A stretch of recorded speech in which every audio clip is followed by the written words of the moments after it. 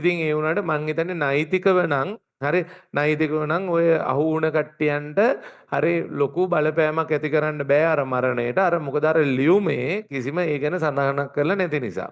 මේ කාලේ තව වැදගත් කාලයක්. මොකද්ද? A level results එන කාලේ.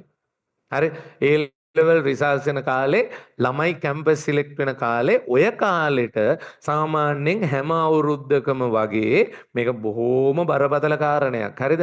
හැම අවුරුද්දකම වගේ නවක වදය ගැන මොනයම් හෝ කේස් එකක් එළියට එනවාමයි. ඒක නිකම්ම එන එකක් නෙමෙයි. ඒවා සමහර ඒවා ඔටෝ පත්තු කරන ඒවා කියන එක ඒ කියන්නේ විශේෂයෙන්ම ෆිසිකලි මොනවා හරි දෙනවා නම් හරි ෆිසිකලි රැග්ස් දෙනවා නම් මොනවා හරි මම ඒකට විරුද්ධයි. හරි ඔය දැන් සාමාන්‍යයෙන් වර්බලි මොනවා හරි දේවල් කියනවා කියන එකෙත් යම් කිසි දෙයක් තියෙනවා. ඒකෙන් මන් නම් ඒවා සාමාන්‍යයෙන් ගණන් ගන්න නැති හින්දා ඕනේ මගුලක් කියපු දෙන් කියලා හිටියේ. එහෙම කිසිම ප්‍රශ්නයක් නැහැ. උදාහරණයක් විදිහට සීනියර් කෙනෙක් එන්නට හැක කුක් ගාලා කෑ ගහනවා පොඩ්ඩක් ඉවරලා කියලා චුට්ටක් ලාවට hina වෙනවා. හරිද? අන්න එතකොට ඉතින් අපිට වඩා සීනියර් එක්කන තමයි රැග් වෙන්නේ පුතේ. හරිද? හරි ඉතින් අන්න ඒ වගේ සීන් එකක් තියෙනවා. ඒවා ඉතින් අර හැමෝටම මෙහෙම ඉතින් කාගෙන් හරි චුට්ටක් බැනුමක් අහන එකත් පොඩි හොඳක් තියෙනවා. හරි බැනුමක් අහගන්නෙම නැතුව ඉඳලා හරි කාගෙන් හරි බැනුමක් අහගන්න එකෙත් පොඩි දෙයක් ඉතින් තියෙනවා ඉතින්. හරිද? ඒ වුණාට මෙහෙම සිද්ධියක් මම මේ මොකද්ද ඊයේද කොයිද නිවුස් වල හරි මොකක් හරි එක්ක දැක්කා නෑ. කවුරු හරි කිව්වා හරි මට මතක නෑ හරියට. මට ඇත්තට මේ නිවුස් එක ගැන ලොකුට අවධානය යොමු කරන්න බැරි වුණා. ඒ සෙකන්ඩ් ඉයර් කියලා මේකද මොකද්ද කතාවුත් මේ කියනවා සහ හරි මේ අනිත් එක දැන් එයා සුයිසයිඩල් ලෙටර් එකක් ලියලා දෙනවලු. ඉතින් ලෙටර් එකේ රැග් එක ගැන මෙලෝ දෙයක් සඳහන් කරලා නැතිලු. පුතේ සාමාන්‍යයෙන් සුයිසයිඩ් කරගන්නවා කියන්නේ නම් අනිවාර්යයෙන්ම මොකද්ද? ડિප්‍රෙෂන්. ආයේ ගැන කිසි කතාවක් නැහැ. හරි ડિප්‍රෙෂන් වල අවසානයේ දැන් ඔයාටත් ලාවට මේ වෙද්දි හිතෙනවා වෙන්න පුළුවන් අනේ මම මැරිලාවත් ගියා නම් කියලා. හරිද? හරි ඒ ડિප්‍රෙෂන් වල ලාවට චූටි තත්ත්වය. හරිද? ඔක වැඩි වෙලා ගිහිල්ලා තමයි හරි ડિප්‍රෙෂන් හැදිලා ඉතින් ඔක මේ සුයිසයිඩ් කරගන්නේ. මම දන්නේ ඒකට හේතුව මොකද්ද කියලා. ඉතින් ඒ වුණාට මං හිතන්නේ නෛතිකව නම් හරි නෛතිකව නම් ඔය අහු වුණ කට්ටියන්ට හරි ලොකු බලපෑමක් ඇති කරන්න බෑ අර මරණයට. අර මොකද අර ලියුමේ කිසිම ඒ ගැන සඳහනක් කරලා නැති නිසා. හරි ෆිසිකලි නම් පුතේ එක මේ කාගේවත් බලපෑම් වලට මේම යටත් වෙලා එහෙම වෙන්න අවශ්‍ය නැහැ. රැග් එක කියන එක ඉතින් ඇත්තම කතාව අර ඉස්කෝලවල ඕක මෙහෙම දෙයක් තියෙනවා. අර ඉස්කෝලවල පොතේම ඉඳලා කවදාකවත් ස්ටේජ් එකකට නැගලා නැති. හරි කවදාකවත් මොනවත් බාහිර වැඩක් කරලා නැති. හරි අන්න ඔය වගේ උන්ව කැම්පස් ගියාපුවම පස්සේ සමාජගත කරන්න උන්ගේ පොඩ්ඩක් ලැජ්ජ බය නැති කරගන්න හරි රැග් එක සමහර වෙලාවට උදව් වෙනවා. හරි බලෙන් හරි ගිහිල්ලා මොකක් හරි ඉදිරිපත් කිරීමක් කරන්න කියනවා. එතකොට ඉතින් උන් බලෙන් හරි ස්ටේජ් එකට නගිනවා. ස්ටේජ් එකට නැග්ගාම පස්සේ තමයි තේරෙන්නේ ස්ටේජ් කොච්චර සුන්දරද කියලා. හරිද? ඒකට ගියාම කොච්චර දේවල් ඉස්සරහා පේනවද කියලා. හරිද? අන්නේ මං කියන්නේ අන්න උන් ওই වගේ දෙයක් තියෙනවා. හරි දැන් සමහරුන් ඉන්නවා ජීවිතේට ස්ටේජ් එකකට නැගලා නැහැ. හැබැයි ස්ටේජ් එක නැගලා පොඩ්ඩක් බය නැති වුණාම පස්සේ හරි එහෙම නැත්නම් පොදු පිරිසක් ඉස්සරහා කතා කරලා නැහැ. අන්න කතා කරපුවම පස්සේ තේරෙනවා මේකෙත් ගේමක් නැහැ කියලා. හරි මේකෙත් ගේමක් නැහැ කියලා. දැන් මම ලස්සනට කතාවක් කියන්නේ මේ අර අක්කා කෙනෙක් ගැන සුපිරි දරුවෙක් ඒ දරුවා ගැන අමුතුවෙන් කියන්න ඕනේ අයිලන්ඩ් ෆස්ට් වෙච්ච අක්කා ජීවිතේ ෆස්ට් ටයිම් කියන්නේ ජීවිතේ කියන්නේ A level results වලින් පස්සේ ෆස්ට් ටයිම් කතා කරේ අර මගේ 2027 තියරි පන්තියේ ඉරිදා උදේ මේදා සෙනසුරාදා යන රිසල්ට්ස් ආවේ එදා කතා කරද්දී ඒ අක්කට පොඩ්ඩක් ටැපලුණා. හරි ඊට පස්සේ එදා කවද්ද බදාදා රිවිෂන් එකේ කතා කරා රිවිෂන් 2025 එකේ කතා කරා අම්මට නියමෙට කතා කරා. හරි නියමෙට කතා කරා. ඒ යක්කවත් ඉතින් අපි කරේ රැග් කරපු එක. හරිද? එහෙමද නෑ. ඉතින් හරියට ඇත්තටම ඒ යකට රැග් එකක් වගේ තමයි ඉතින්නේ. නේද? පන්ති ස්ටේජ් එකේ එයාට දැන් ඇත්තටම අන්තිම දවසේම ලස්සනට කතා කරා. මම දැක්කා YouTube එකේ දාපු ඒ වගේ කමෙන්ට්ස් එහෙම කට්ටිය දාලා තිනවා. ඒ අක්කගේ කටහඬ මාර ලස්සනයි. මාර ලස්සනට කතා කරනවා. ඒ කටහඬ නිකන් භාවනාවක් වගේ කියලා. හරි ඒ ඇත්තටම එයාව ඇප්‍රීෂিয়েට් කරලා තිබ්බ මාර විදියට. මම කිව්වේ දැන් රැග් එකට එතන සම්බන්ධයක් නැහැ. ඒ වුණාට අර මොනවා හරි දෙයක් අපි නොකර ඉඳිද්දී හරි නොකර ඉඳිද්දී තියෙනවට වඩා දෙයක් යම් දෙයක් කරන්න ගත්තාම පස්සේ හරි ඒ දේ තියෙන අපිට බය නැති වෙනවා. හරි බය නැති වෙනවා. ඉතින් ওই වගේ දෙයක් ඔය රැග්ගෙන් කරන ඒකට ඉතින් අර මේ සාමාන්‍යයෙන් කැම්පස් ගිහිල්ලා ඇත්තටම රඟන්නේ නැහැ සාමාන්‍යයෙන් පුතේ ඉස්කෝලවලම හොඳට මොනවා හරි අමතර දේවල් කරලා යම් මට්ටමක හැකියාවක් තියෙන උන් කැම්පස් ගිහිල්ලා රඟන්නේ නැහැ. හරි කැම්පස් ගිහිල්ලා රඟන්නේ අර ඉතින් ඇත්තටම දැන් ওই රැග් එක එහෙම කරපුවන් පස්සේ සමහරුන්ට අර ඉතින් ඒ බය එහෙම නැති වෙනවා. උන් නැති වුණාම මේව ඉතින් අමුතු ආතල් එකක් විදියට දැනෙනවා. ඊට පස්සේ උන් තමයි ජූනියර් බැච් එක ආවහම පස්සේ අම්මට උඩු හෙනට රැග් කරන්නේ.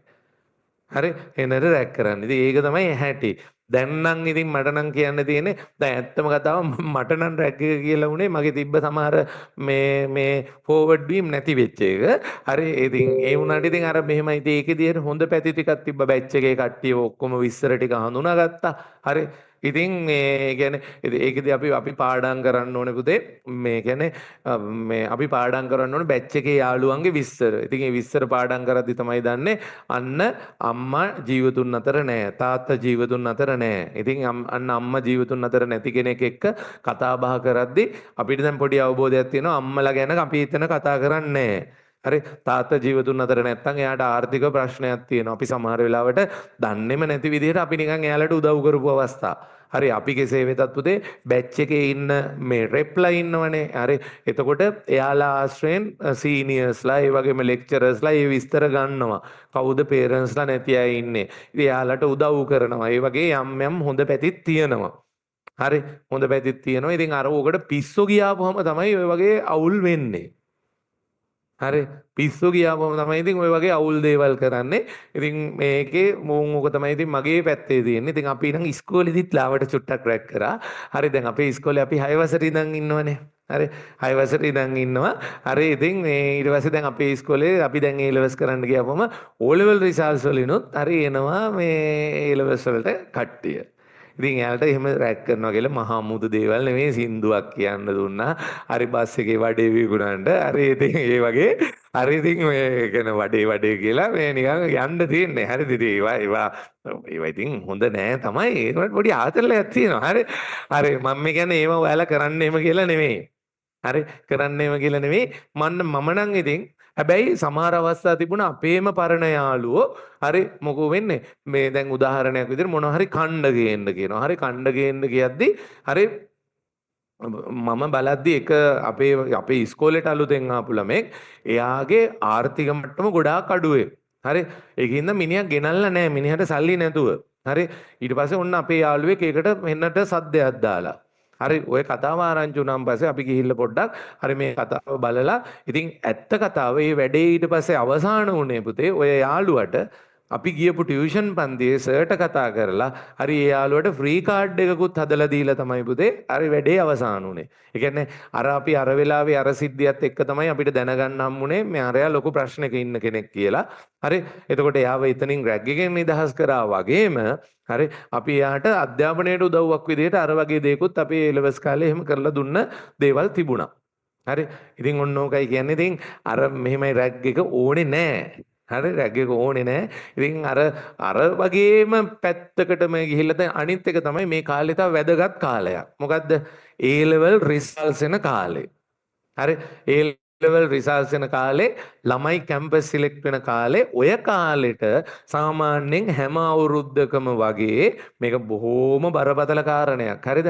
හැම අවුරුද්දකම වගේ නවක වදය ගැන මොනයම් හෝ කේස් එකක් එළියට එනවාමයි. ඒක නිකම්ම එන එකක් නෙමෙයි. ඒවා සමහර ඒවා ඔටෝ පත්තු කරන ඒවා. කවුද? පෞද්ගලික විශ්වවිද්‍යාල මගින්. හරිද? පෞද්ගලික විශ්වවිද්‍යාලවල ඕව දේවල් නැහැ පුතේ. හරිද? ඒවල සල්ලි ගෙවලා එන එකනේ. දැන් එතකොට ළමයින්ගේ ඔළුවට එනවා අනයම් මේ දැන් මේ 2027 පොහොද පොඩි දානවා දවසක්. හරි සර් අනේ දැන් A level කරන්න හිතෙන්නේ නැහැ කැම්පස් ගිහිල්ලා රැග් වෙන එක බයයි කියලා. මොන පිස්සුද බං ඕව දැන් ඇත්තම කතාව. හරි ඇත්තම කතාව දැන් රැග් නැත්තරම නැති ගන්න. ඔය තාම අර ඩොටේ තියෙන කැම්පස් වල තමයි ටිකක් සාමාන්‍යයෙන් රැග් එහෙම තියෙන්නේ. හරි හරි හොඳ ඕන්න ඔය වගේ තියෙන සිද්ධියක් තමයි ඉතින් කියන්නේ. හරි ඕක ටිකක් උලුප්පල දක්වනවා ප්‍රයිවට් කැම්පස් වලින්. මොකද එතකොට අර හැකියාවක් තියෙන දෙමව්පියෝ හරි සහ ළමයි හරි ඒ කියන්නේ මූල්‍යමය හැකියාව තියෙන කට්ටිය ටට්ටක් ගාලා ගවර්න්මන්ට් යන්න නැතුව ප්‍රයිවට් යුනිවර්සිටිස් වලට යනවා. ඔය වගේ කතාවකුත් ඕක තියෙනවා. හරි ඔය හැම දෙයක්ම උඩින් පේන දේ විශ්වාස කරන්න එපා පුතේ. වගේ ඇත්ත දේවල් තියෙනවා. ඉතින් මම ඕක තමයි මට මගේ රැග්ගෙක් ගැන අපේ කාලේ ඉතින් ඒක ආතල් ගොඩාක් තිබ්බා ඉතින්. හරිද? ඕකේ. දැන් එහෙමනම් අපි යනවා